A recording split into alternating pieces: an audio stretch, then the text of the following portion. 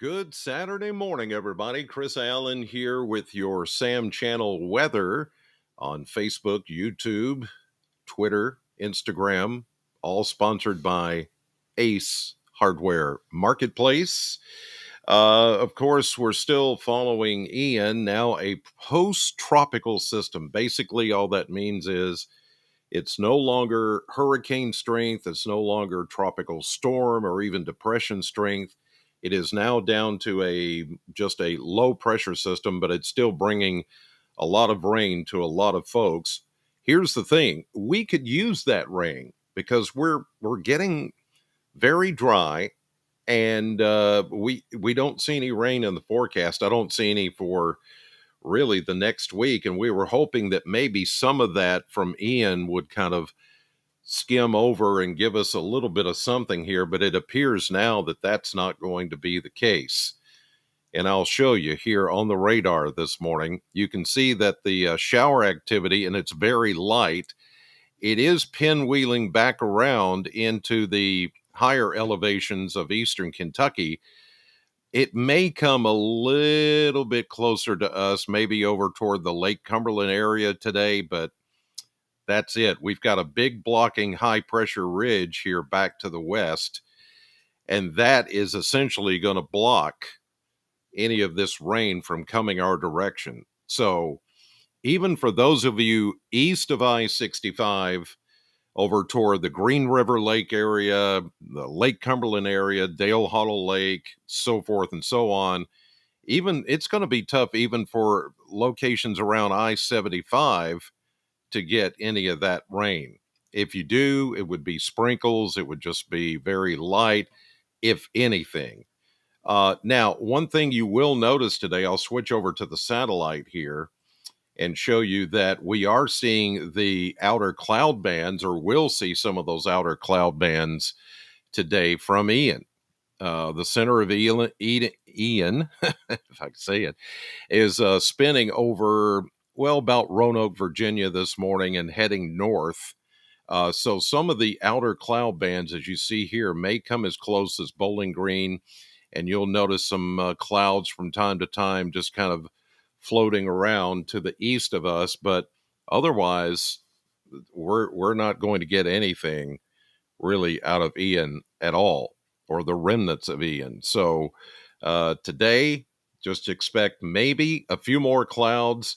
If you're heading into parts of maybe eastern Kentucky, you may get some shower activity in some of the higher elevations. Once you go east of I 75, I think that's going to be the better chance of seeing some light rainfall. And even there, it's not going to amount to very much. So we missed out on some rain chances. I mean, it's good for any outdoor activities. Roller coaster, the final day of the yard sale, you should be fine. You may notice a few high clouds to the east, but other than that, I think it's going to be the same old, same old. And here we go with temperatures at this hour from the Kentucky Mesonet Network here it's just after, well, it's 6:15 as I record this on morning. And we're starting out again, like we have been all week long, in the 40s. Everybody in the 40s this morning. I don't see any 30s around here. It's all mid 40s, low 40s in a couple of spots. A nice, cool start to the day, again, here in southern Kentucky. Predicted temperatures, we'll go to that. And we are going to experience a little bit of a warm up over the coming days, but not much. And any kind of warmer air today is going to be west of I 65, simply because of the cloud bands from the remnants of Ian are going to be over in eastern Kentucky today. So you can watch this happen as we start in the 40s, we go into the 60s, then the low to mid 70s. But look over toward eastern Kentucky, Pikeville is only going to see highs today in the low to mid 50s. And that's because of the cloud cover from Ian and maybe some rain. I think Pikeville will get rain. Looks like they're getting some right now. Far eastern Kentucky and the mountains will get rain. Huntington, Ashland, Charleston will get some rain. down into Tennessee, Knoxville, Johnson City, they may get some shower activity. But once you get west of 75, which is right there, west of Lexington, west of Somerset, into our area in the 65 corridor, 165 corridor, 24 corridor, it's going to be mainly sunny. There's going to be a sharp cutoff today. So we'll stay in the 70s while far eastern Kentucky will only see 50s today. Then tonight we'll drop to around 50, a little bit warmer than it has been overnight. No, I mean, there may be a few 40s, but upper 40s. A little bit warmer over the course of the evening. And then tomorrow, again, mid 70s. And you still see the influence of Ian tomorrow around Pikeville, only 55 for a high there, while we're at 73, and then closer to 80 back into western Kentucky. And that's all because of the canopy of clouds that are associated with the remnants of Ian. All right. Here's a look at radar, future radar, and you can it pretty well tells the story. We're seeing some of that rain off to the east of us this morning, associated with that post-tropical system. What was left of Ian will just kind of decay. High pressure is really now much stronger than Ian, believe it or not, because Ian has weakened, it's spent a lot of its energy, and now high pressure takes over as the dominant feature. And so that's why we're not going to get any rain here. This is going into tonight, into Sunday.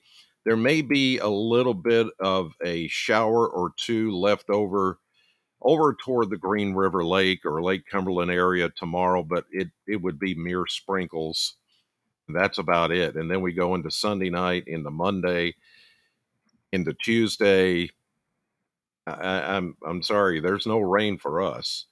So those of you that are farmers and you're looking for some rain, uh, and simply, even forestry folks are looking for some rain because we're in a serious situation as far as burn danger, fire danger. It's going to get worse before it gets better uh, for us here in the area. All right, here's a look at the maps. And as you look at, there's the remnants, post-tropical storm Ian, and it's just a low pressure system now, still bringing a lot of rain to the Virginias and parts of the Carolinas. We'll watch this move away, and that shield of rain only skimming parts of eastern and central Kentucky, the bluegrass section. And then it moves away. Here we go into tonight and into Sunday morning, Sunday midday, Sunday afternoon, and evening. There is a little bit of a short wave here, but all it's going to do is maybe produce a few clouds. I'm actually keeping the forecast sunny for the Bowling Green area and west, even through this period. We go Monday, midday, afternoon into Tuesday, high pressure on Wednesday, Thursday. Now, there is a front, as you see here, a couple of them trying to work their way in. But because the atmosphere, the Gulf of Mexico is closed off from sending moisture this way, thanks to high pressure. High pressure is a good thing because it brings the sunshine. It's been bringing us all this wonderful weather, but it can also be a bad thing when you've got high pressure in front and high pressure in back of a system, and it essentially cuts off the moisture. It just cuts it off. We're due north of the Gulf of Mexico, and we should be getting something out of that front, but we're not going to. The only thing this front is going to do is bring us more cooler air by the end of the week. Here we go into Thursday evening, into Friday, and look at that big, sprawling dome of high pressure, Canadian high pressure with some modified Arctic air. It's going to get cooler as we get into next weekend. And here we go into Friday, Saturday. I was hoping that maybe that front coming in by Thursday night into Friday would bring us some rain, but now it appears that's not going to be the case. I mean, it could change, but there's just too much dry air to overcome, and that's going to be a problem for us because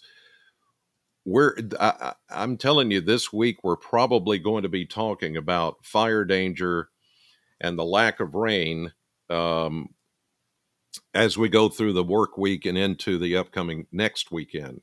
It's going to be a problem. Let's just put it that way.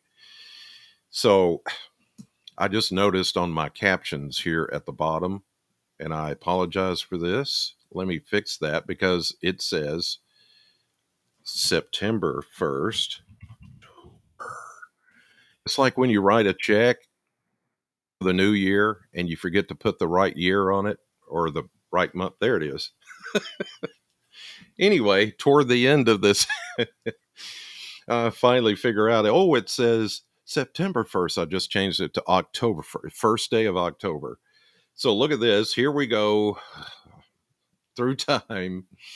This week, pleasant, dry, but unfortunately, as I was saying, on a serious note, high fire danger. We get these breezy winds, pressure gradient happens, puts a squeeze on the atmosphere, and we get these winds that mix down to the surface, and that's why we're getting these breezes every day, which is stopping us up as well.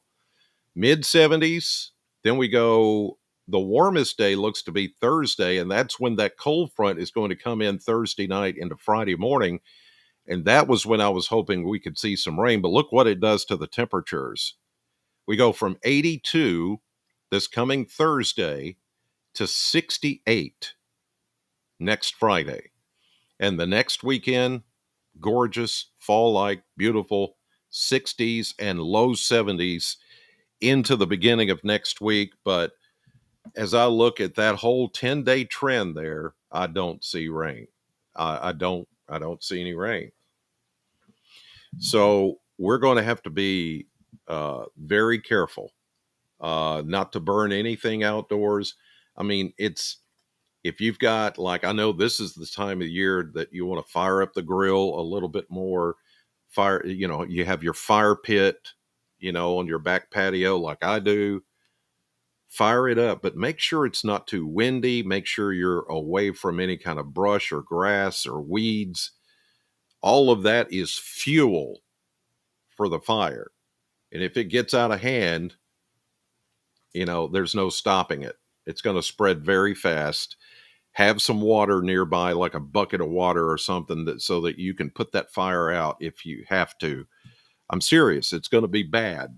It's the fuels out there for fires to spread very easily is out there.